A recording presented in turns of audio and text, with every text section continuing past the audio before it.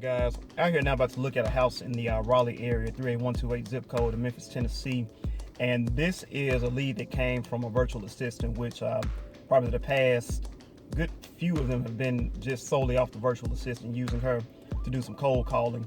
And this one is a really good prospect, one that we could possibly go ahead and close on pretty quick. For one, it is a vacant property. It's been vacant for more than 18 months. The original owner doesn't want to deal with any more tenants, and the original tenants that were in there, they were only in there for 6 months and trashed the place pretty good. So it does need quite a bit of rehab. But the good thing is that we have a buyer that's buying in the area, and we actually just sold them one right around the corner, maybe 3 or 4 houses down. So we're gonna go on the inside, check it out, get a walkthrough video, and just kind of see what might need to be done with the property. All right, so we're walking up to the house now. Just went in and got my video walkthrough, so got everything that we need to see for any buyers.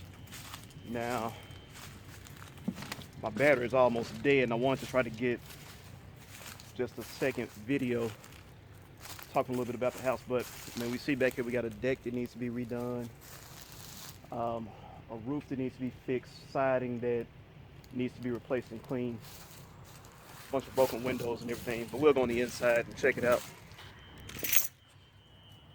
All right, hopefully we got enough light to actually see what's going on in the house. If not, I'll post a few of the pictures and videos that I did with the initial walkthrough of the property. But windows are broken out, and like I said again, in one of my previous videos, actually the video right before this with me and Ben, a lot of these houses are already open, so this one was just boarded up on the side.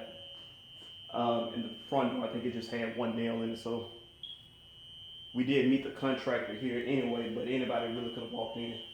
When I walked in, that was the eeriest sound. I don't know if I got enough light, but that's a smoke detector.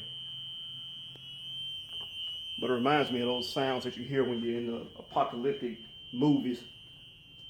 Probably not enough light to see what's going on in here. Condensing unit needs to be replaced. Hot water tank's gone. Heating unit needs to be replaced. Just like with most rehabs and Memphis, you got a few holes in the wall. Not sure what's going on in the attic. Just a quick view of the property. And if we go ahead and get this one under contract and sold, I'll go ahead and post another full walkthrough video. But I don't like to do my full walkthroughs with information on the house unless we actually get it under contract and either buy it or get it sold to one of our buyers. But I'm about to keep going. All right, so we just talked to the owner of the property, and he wasn't too happy about our price at all. So he let my VA have it. So I had to go ahead and give him a call to kind of discuss the situation. But what happens with properties like this in areas which haven't come all the way back around yet and the values are still low, people who are out of state or overseas, they will get sold a dream about what they can resell the house for or rent it out for or get it rehab for. And that seems to be what the case was with this property, because he had a rehab amount for about $6,000 or what he thought the property could be rehab for.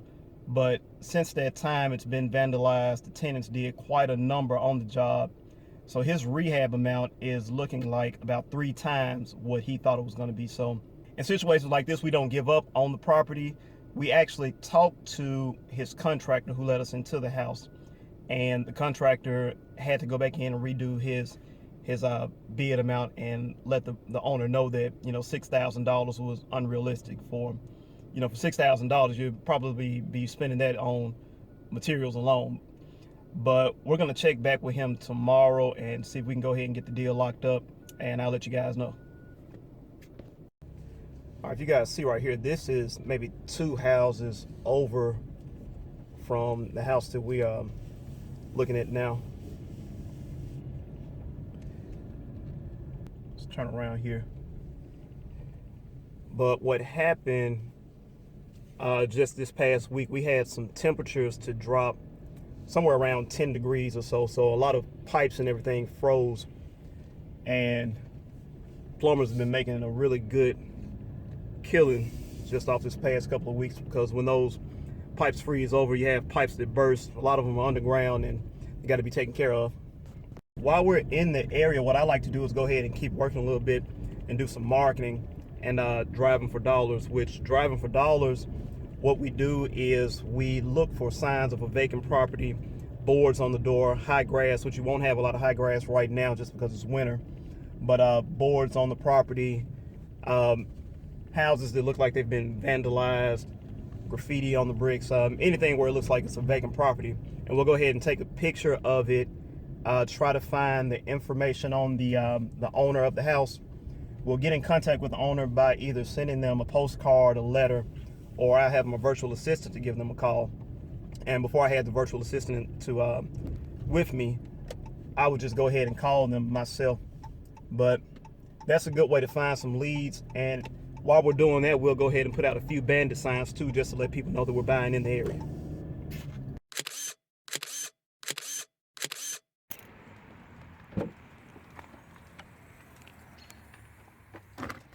All right, so we got our bandit signs here, and if you haven't seen it, you can check out my video on how to make cheap bandit sign stakes. So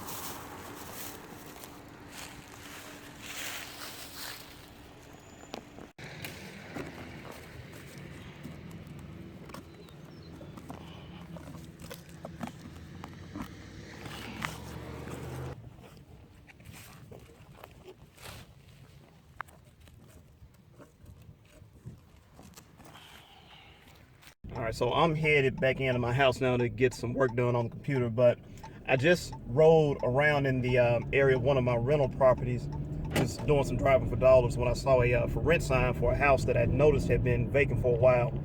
What I did was went ahead and just gave the rental company a call to see if it was one that they owned, or if they knew if the owner would want to sell the property. But it turns out the owner is interested in selling the property, so we're just waiting for the owner to give me a call back to see what they might be willing to do on it as far as price. But the property is in good shape, right on the same street as one that I already own, so I kind of know the values for the area and what they'll rent for, and also have a buyer that's buying heavy in the area. So if it's not one that I keep for myself, then I can always turn around and flip it for a profit.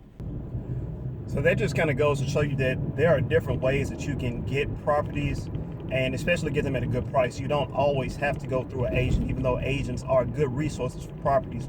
But sometimes you just have to think outside of the box to get some of those better deals. Now, the good thing about the property lead that we just went and saw earlier is that the contractor is actually on our side. He wants the property owner to go ahead and sell it. Or what I did was actually call the contractor back. He gave me his number just in case I needed anything. Kind of let me know what the situation was with the seller. Let me know that the seller was very motivated and wanted to go ahead and sell the property.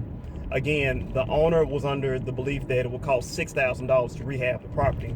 But if you kind of saw the video that I did, he doesn't have a rent-ready project. What he has is an actual rehab project. So the price that we gave him was based on close to $10,000 worth of more work that has to be done, more work and materials. Like I said before, we're gonna get back in contact with him tomorrow. The contractor's gonna give him a call.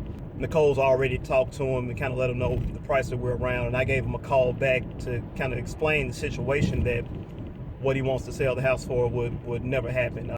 Now, the great thing about me deciding to go ahead and try to start scaling my business and hiring a virtual assistant is that when we get property owners like the one that I was dealing with earlier on that house, is that when they call in or when I need to make offers and they get completely upset, is that I don't really have to deal with them unless it's completely necessary, in which this case I did call them on the back end to kind of smooth things out. But my assistant, for what she does, she's incredible at what she does, and she does it 100 times better than me. So as far as making the calls and receiving the calls, she has a format that she goes by, but at the same time, she's free to let her personality work for her also. So while she does have a script that she uses for calls and for receiving calls, she also has some flexibility in how she handles it. So still the beginning of the year, still the first month of the year, we have 1 to close, a couple rehabs going on right now, and 2 pending to be closed. which 2 of those came directly from the virtual assistant again. So you can check the link below and see where I got my personal virtual assistant. If it's one that you want to use, go ahead and click on the link. And if you haven't already done so, be sure to go ahead and like, share, and subscribe so I can kind of grow the page. But you can follow my personal journey. I'm going to be bringing in some more people on video just to kind of show you what they do. So again, guys, thank you for watching. Until the next time, peace.